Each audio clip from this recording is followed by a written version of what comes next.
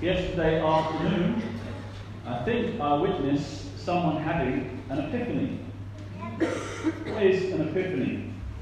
An epiphany is a sudden realization of the true nature of things. A light that shines in our minds, which helps us to see things a bit more differently and a bit more profoundly. And I think I witnessed my friend have this epiphany. I've been at a baptism of one of my closest friends earlier today with his newborn baby boy. And a group of friends I've grown up with, and one of those friends at the end offered me a lift home. But he said, will you come by my house first and have a cup of tea with me? Because he's got a new house, and his wife and his child, and he wanted to show me his house. I'm like, sure, that'd be great. So on the way back to church, we stopped by his place and we had a cup of tea at his lovely family home. So as it came time to leave, we got in the car, and his car is facing the front door. It's one of those drives. And all of a sudden there was this idyllic scene of his wife holding their 3-year-old boy in her arm, waving off her husband. And it was lovely, the car light shining on them. And I could feel it and hear it in his voice and the look on his face. He just went, that's my wife and son. And his home, brand new home, a new life. And you could see it really hit him. Something which he lived with every day. All of a sudden, he just saw with his new eyes. He had had an epiphany. He had seen something he'd never seen before in a really profound way. And it's in that spirit and with that kind of understanding which we approach the 3 wise men in today's gospel and the epiphany that they have when they come to meet the baby Jesus. Because it's not how they start out. They are men of wisdom. They are men of the scriptures. They are men of great reading. They come from the east, having been prompted by a star and understanding the prophecies of Israel. They have a feeling that the infant king of the Jews is soon to be born, or is born. So they come to the place where it's quite obvious, if he's the infant king of the Jews, we go to Jerusalem and ask where we may find him. And they come to Jerusalem and they say this, where is the infant king of the Jews? We saw his star and we have come to do him, and it says in this translation that we use today, to do him homage. In fact, in the original Greek of this text, the word is actually not homage, it is that we may worship him. Now who do we worship? God, and God alone. They make a bold statement of belief in the prophecies of Israel, that the infant king of the Jews would be and is God with us, Emmanuel. They have come to worship God in the infant king of the Jews. And they meet with Herod. Now, the kings at this time, or the wise men I should say, because they weren't kings, have an understanding of what a king is like, and it's one which was shared by the people of the time, and is largely shared by us even today in contemporary society. How do kings become kings? They inherit the title through their bloodline and their family, but the lands and the people they possess are precisely that. Lands and people who are possessed by conquest, by blood, violence, and opposition. You against me. Whoever the strongest is, who wins, the weakest loses and dies.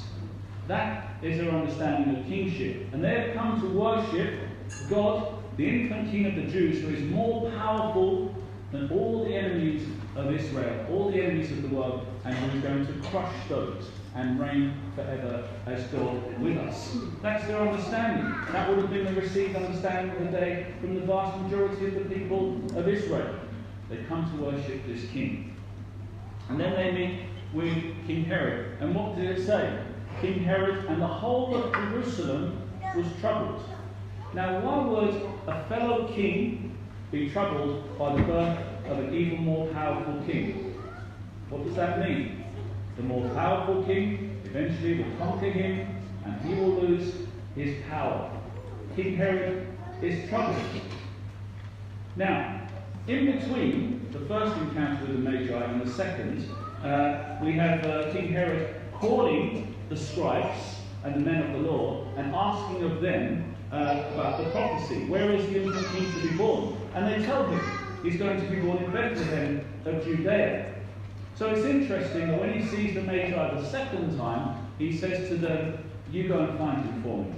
Why is that? It's because he's already looked. He's already had a look around. Now, where would one expect to find a king when he's born? I've been to Bethlehem. I've stayed in a 4-star hotel in Bethlehem, right next to the place of the Nativity. Ironically, it was called the King David Hotel, and it was mwah. That is where kings get to be born. Yeah? At the very least, a 3-star, or a palace, or something like that. And Herod hasn't found him.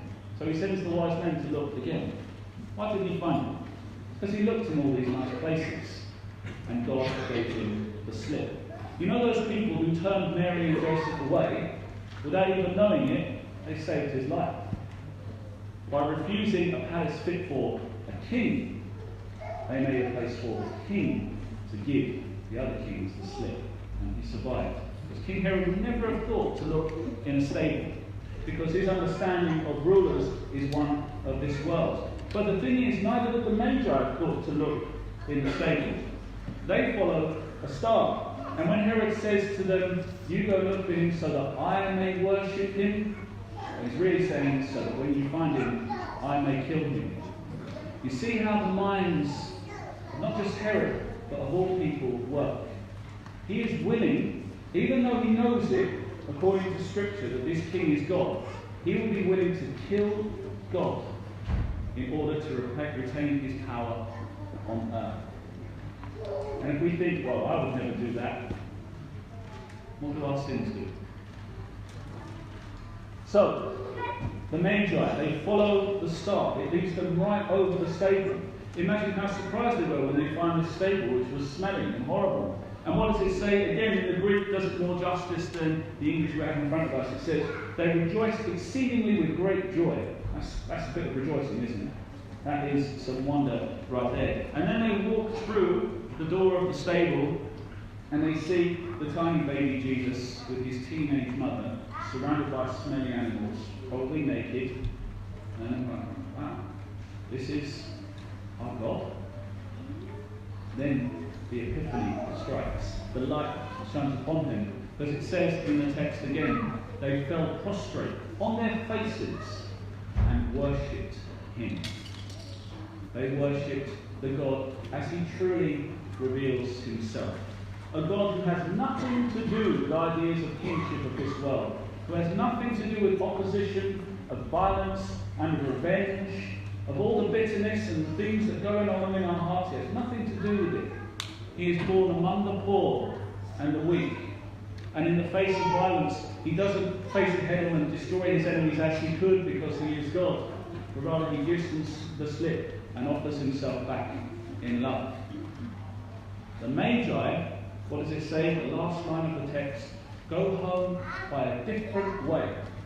They give Herod the slip.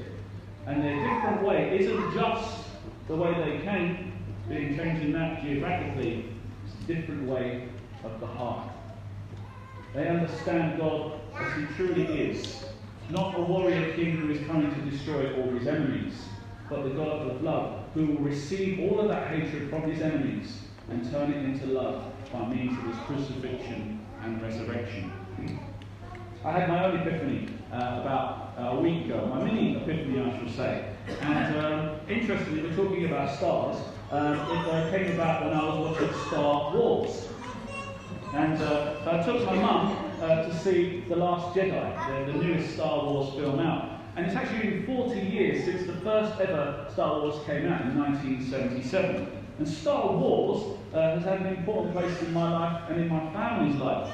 And that really struck me, because as we were coming out of the cinema in Westfield, my mum said, God, it's been 40 years since I took Billy and Bobby to see Star Wars when it first came out. Billy and Bobby and my two oldest brothers, they would have been 7 and 10 at the time. Mum would have been 31, which is 7 years younger than I am now. So the maths was doing my head in really. And here I was taking my mum to see Star Wars 40 years later. So it struck me as really proud. So I said, Mum, how did they react to that? You know, like, what were they like when they came out of the cinema? You have to appreciate that now, special effects are quite good, and we're kind of used to them, so it's like, oh, special effects. But back then, it was mind-blowing. You know, all these characters, Darth Vader, Luke Skywalker, Obi-Wan Kenobi. And she said, well, they came out of the cinema and they both thought they were Jedi. So they came, and she said for the next 6 weeks to 2 months, all they were doing was beating the hell out of each other with broomsticks, trying to be Jedi, you know, making all the sound. I must admit that's something I still do now. And because you guys know about my Star Wars fascination, I've got a couple of lightsabers indoors that make sound. You know, I've got a Darth Vader mask, I've got a Star Wars jumper, I've got the whole memorabilia. So I carry the legacy in my family. And it was passed on to me, Star Wars, through my big brother. Because the first film I remember seeing was Return of the Jedi. I was 4 years old, and he took me. I remember going to the cinema with him. So it's been a great source of family enjoyment, and still is to this day. But what really struck me about this moment, and continues to strike me like the Epiphany, was the title. Goodies versus baddies. Star Wars. We're not involved in a war. Because to be involved in a war means that we are hitting back. We are meeting force with force. We follow the star of peace. That's the Epiphany. In the face of hatred and of violence and of opposition, we don't meet like with like. We meet with love. And that means, for each of us, we will face this in our lives. Because if Herod is willing to kill God, the love of God, the sins of man are willing to do the same. But here's the good news. Because if we meet hatred and opposition with love, its power is taken away forever. Because Jesus rose on the third day to a life that will never end. And then he invited his very enemies, those who crucified him, to share in that life. He made his enemies not slaves, as kings who conquer do. He made them into fellow kings and queens. Here we are, brothers and sisters. He invites us as fellow kings and queens to see with his eyes of love, as a true king or queen would, as a true baptized member of the body of Christ would, so that we may conquer not by opposition, but by love. That our weapon of choice isn't a lightsaber or a sword, but it's our very own life given in love. Jesus' epiphany to us continually, always is that we don't need to face opposition in our lives in any other way than in a way of receiving love and joyful giving. Amen. Amen.